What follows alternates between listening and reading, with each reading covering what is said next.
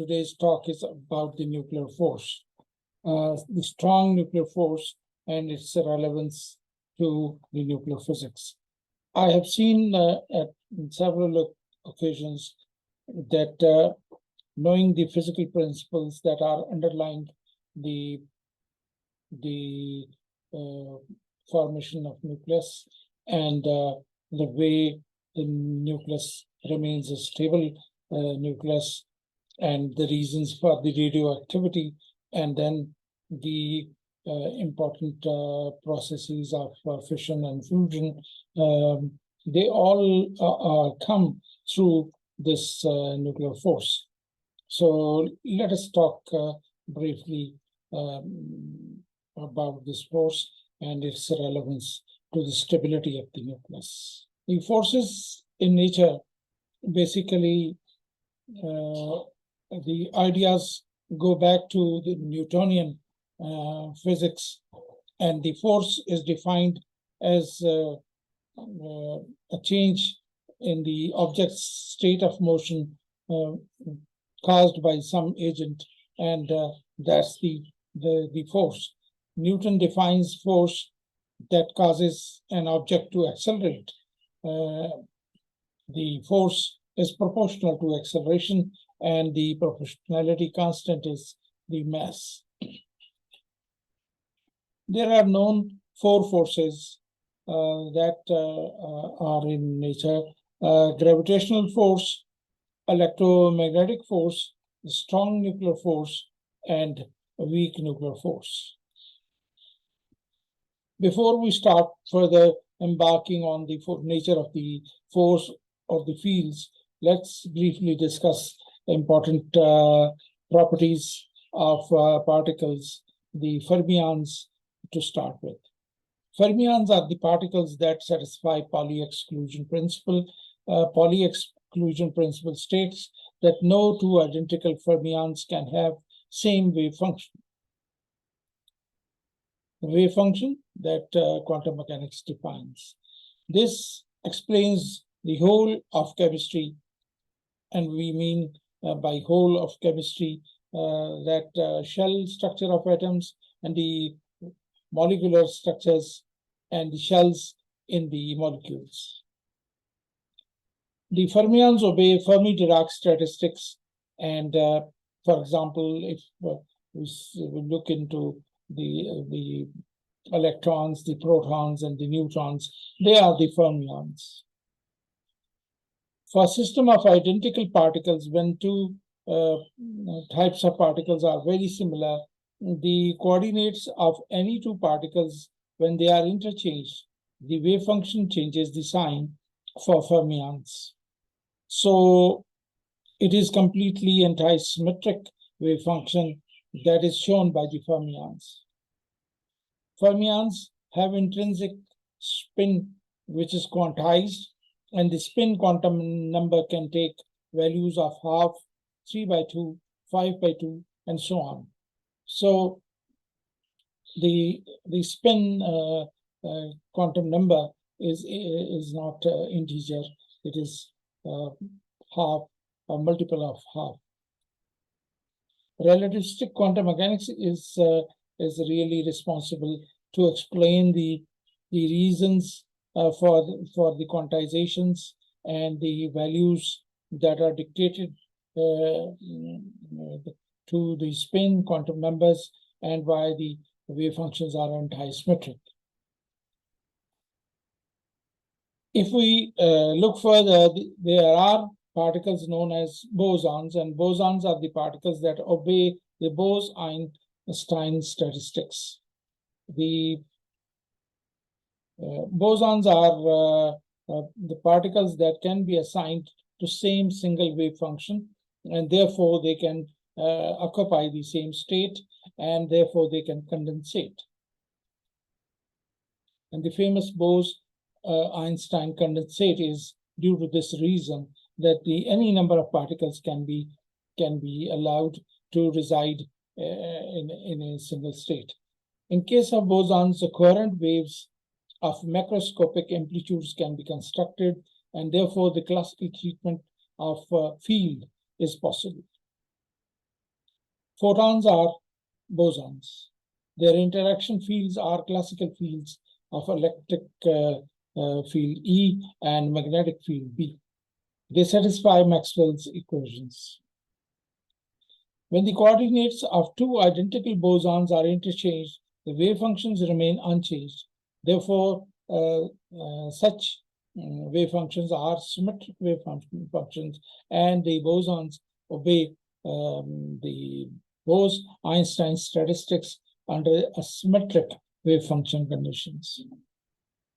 For bosons, the intrinsic spin quantum number S can take values of 0, 1, 2, 3, and so on. So they are integral multiples of integers.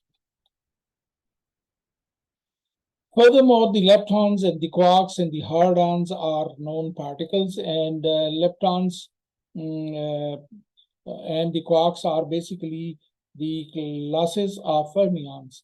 Fermions are those particles that obey the Fermi-Dirac statistics, and they have the spin half. So leptons are those which are not source of strong fields, and therefore they do not participate in strong interactions. Electrons are example of leptons.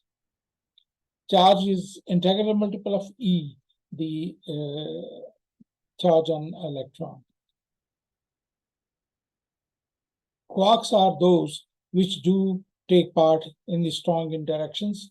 Their charge is 1/3 of the electric charge E, and the quarks are always confined in compound systems. That is, multiple quarks stay together, and they are extended over a distance of about 1 Fermi. 1 Fermi distance is approximately 10 to the power minus 15 meters. The term hardons is used for the compound systems of quarks. These 3 quarks sitting together form hardon. So mesons, protons, and neutrons are termed as hardons. That is the combinations or the system, compound system of such quarks. Quarks are basically the fermions. Now we come back to the strong nuclear force with this background of some particles and their names and their properties. The strong nuclear force, also termed as strong nuclear interaction, is very strong and very short-ranged. The range is of the order of 10 to the power minus 15 meters. It is responsible for holding the nuclei of atoms together. It is basically attractive force, but it can be effectively repulsive in some circumstances. The mesons are the force carriers, that is, they are bosons, and we have defined already the bosons for such nucleons as protons and neutrons. And if we look in the cases of the quarks, then gluons are the force carriers for quarks. So quarks inside the protons and neutrons are bound together by exchange of this strong nuclear field. Relative strength of this field is taken 1, and the time frame for them is about 10 to the power minus 23 seconds. They obey all conservation laws. The concept of isospin, we will later define and elaborate, is responsible for this force. And this force is charge independent. It does not depend on charge, and it does depend on spin, and also always saturates. That is, you can have only one maximum value. The other force is electromagnetic force, and we know very well that electromagnetic forces include the electric and the magnetic forces, and they have the reason of electric charges, and electric charges do repel and attract. The cause of interaction of a bar magnet is also the electromagnetic force. It is long-ranged and much weaker than the strong force. It can be attractive force or a repulsive force. It acts only between the pieces of matter that are really charged. Electricity, magnetism, and the light are the products of this force. The relative strength as compared to the strong force is of the order of 0.01. The time frame is about 10 to the power minus 16 to 10 to the power minus 21 seconds. All the conservation rules are obeyed except the isospin, and the charge is really responsible for this field. Photons are the force carriers, so they are the responsible bosons in the field. The weak nuclear force. The weak nuclear force is responsible for radioactive decay and the neutrino interactions. It is very short-ranged, and as its name indicates, it is very weak. The weak force causes beta decay, the conservation of neutron neutrality, and then conversion into proton and electron, and an antineutrino is caused by this weak nuclear force. Its relative strength as compared to the strong force is of the order of 10 to the power minus 10. The time frame for the interaction is 10 to the power minus 7 to 10 to the power minus 10 seconds. It has been noticed that many conservation rules are violated, and spin is basically responsible for this force. The vector bosons Z0, the W plus and W minus are the force carriers. Gravitational force. If we look into the gravitational force, it is a weak force, but it is very long range. It is important only when the densely aggregate matter is present, and it is always attractive. It acts between any two pieces of matter in the universe, since mass is responsible for this force. It is insignificant in microscopic atomic and nuclear scale, and the relative strength is about 10 to the power minus 40 as compared to the strong nuclear force. So it's a very weak and negligibly small as compared to the strong. Force is mediated through a hypothetical boson called graviton with a spin 2. Now, let us in totality look into the interactions and the particles and the relative strength of forces. If we look into the strong nuclear force, the particles that are affected are quarks and hardons, and the ranges are 10 to the power minus 15.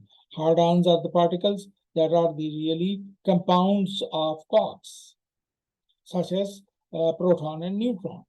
The ranges of the order of femtometer or Fermi, one Fermi. The relative strength is 1, and the particles exchanged among quarks are gluons, and among hardons are mesons. For electromagnetic interaction or force, the charged particles are the particles affected, and the range is infinite. The relative strength is 10 to the power minus 2 as compared to the strong force, and the photons are the exchange particles.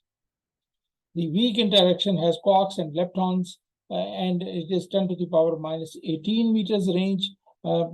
It's a very short range as compared to the even strong force, and its a relative strength as compared to the strong force is 10 to the power minus 5. The intermediate bosons, W0 and Z's are responsible. The gravitational force is affecting all particles having mass, and the range is infinite, and its relative strength is very, very small as compared to strong force. It is 10 to the power minus 34 to 10 to the power minus 40. The exchange particles are gravitons. Now, briefly, we will talk about the nuclear terminology and let's learn how we write down various elements and how we represent them in the nuclear physics.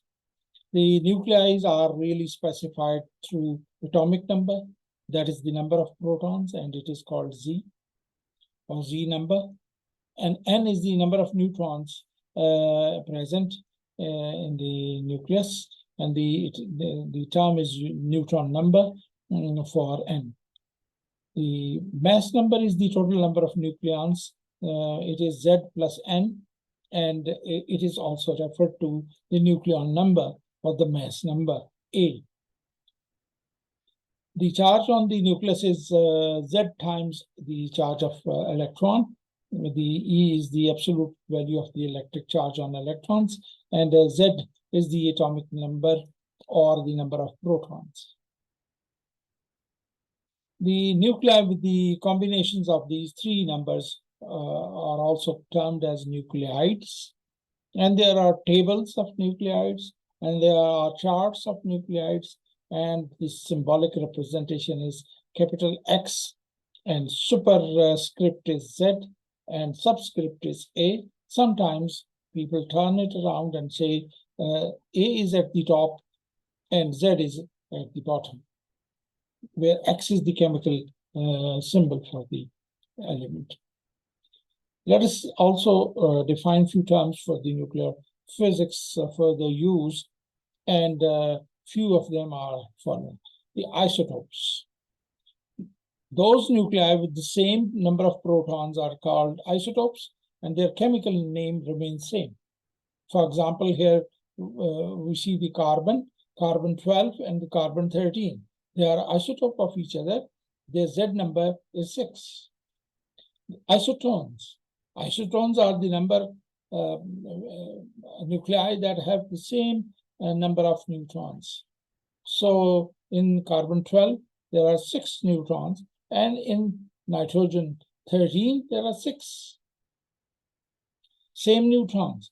The Z is different, and therefore the chemical name is different. Isobar. Isobars are those who have the same mass number, but different Z. As soon as we change Z, we have the chemical name changed. For example, carbon is 6, Z is equal to 6, and the nitrogen is 7, but the Z is here, the A is the total number of nucleons, 14. Isomers. Isomers are those that have the same number of protons and neutrons. For example, F fluorine 19, but with the different energies of another fluorine, F19 star.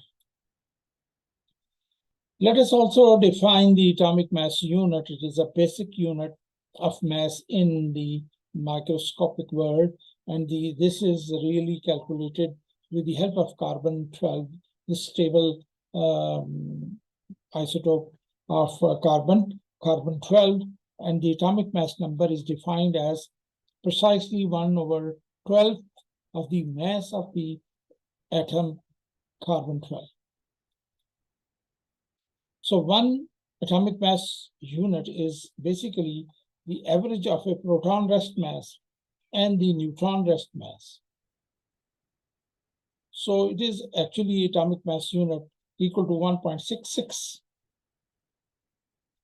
into 10 to the power minus 27 kg in terms of kilograms. It's a very small mass. So if we want to look into the masses of protons and neutrons and the electron, we can see in terms of atomic mass unit, a mass of proton is 1.007276. Mass of neutron is 1.008665, slightly higher. The mass of the electron is very small as compared to the proton, about 1/2000 times smaller. So It is 0.00055 atomic mass unit. Let's go further and talk about the units of mass in nuclear physics. The mass can be measured in kilograms. Mass can also be measured in million electron volt divided by c square, because energy and the mass relationship is given by E is equal to mc square. So mass is the energy divided by c square. So million electron volt is the energy unit, divided by c square is another unit for the mass. Atomic mass unit, or U, is 1/12th mass of the carbon, and it includes electrons. And one atomic mass unit can be written in terms of the million electron volts and also in terms of the kg. So if we want to look into various particles and their symbols and the manner in which the mass in atomic mass unit is written and the mass in million electron volts per c square is written, we can see the increase as the mass increases, and the symbolic representation is there.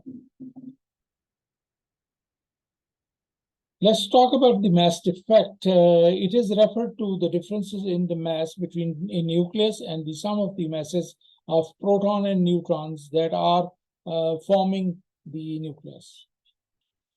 So if you want to form a fresh nucleus from protons and neutrons, how much change in the mass occurs? The original mass of protons and the neutrons summed together, and the mass which is formed as a result of the combination of these. The actual mass of the nucleus is always different as compared to the sum of the individual masses of the neutrons and the protons. If we write in mathematical way, then this is the mass of the proton, MP, multiplied by Z is the Z number, the total number of protons. So this is the total number of protons multiplied with the mass of the proton, and the total number of neutrons multiplied by the mass of the neutron. So this is basically the things and the mass that is combined minus the actual mass of the nucleus, and the difference is called mass defect. The Z is the total number of protons, and the N is the total number of neutrons, and small m's are the masses, and capital M is the mass formed by the nucleus. Mass defect refers to the difference. So binding energy, the nucleus is a bound or a system of protons and the neutrons, and the combined system has mass which is less as compared to the individual masses. So the energy, the binding energy, is the minimum energy that will be required to disassemble the nucleus into the component parts, that is individual neutrons and individual protons. The binding energy is always positive, and this is the energy in moving nucleons away from each other, that is removing them from the bound state. The Einstein's formula is E is equal to mc square, and it describes the energy equivalence of mass. So adding or changing mass or inertia is adding energy, and subtracting mass or removing mass or decreasing mass is equal to the removal of energy. So mass defect times c squared is the energy that holds the nucleus together, and it is the binding energy. Mathematically speaking, the binding energy is defined as mass defect multiplied by c squared. How much is one atomic mass unit in million electron volts? If we want to know the energy mass balance from the Einstein's famous equation is E is equal to mc square, and we can calculate using the mass. One atomic mass unit in terms of the kilograms is 1.66 into 10 to the power minus 27 kg.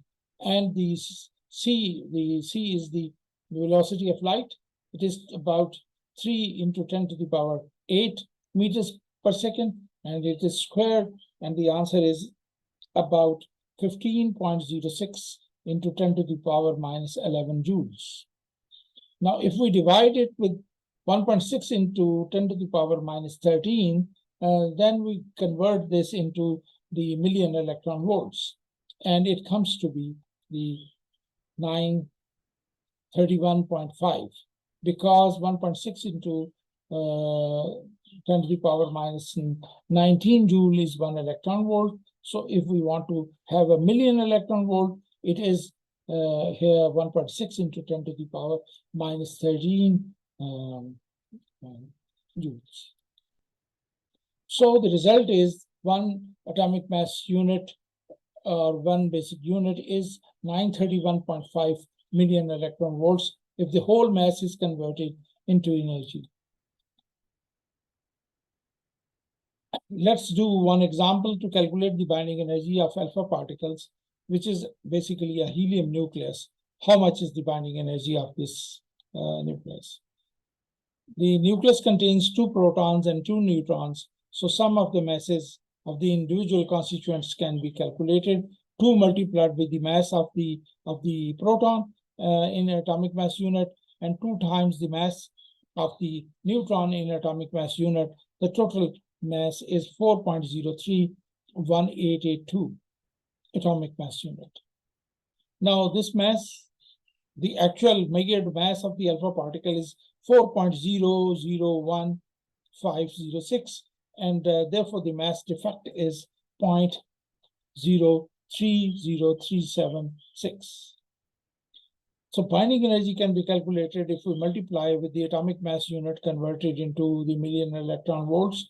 It is 931.5, and therefore the answer is about 28.28 million electron volts is the energy needed to convert a alpha particle of the helium nucleus into individual 2 protons and 2 neutrons.